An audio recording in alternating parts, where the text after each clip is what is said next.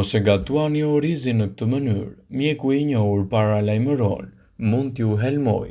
Miliona njerëz mund të vënë veten në rrezik duke gatuar orizin gabim, paralajmërojnë ekspertët. Zjerrja dhe konsumi në çast i orizit mund të jetë i pamjaftueshëm në parandalimin e ekspozimit ndaj gjurmëve të arsenikut helmues, i cili ndot orizin teksa arritet si rezultat i toksinave industriale dhe pesticideve.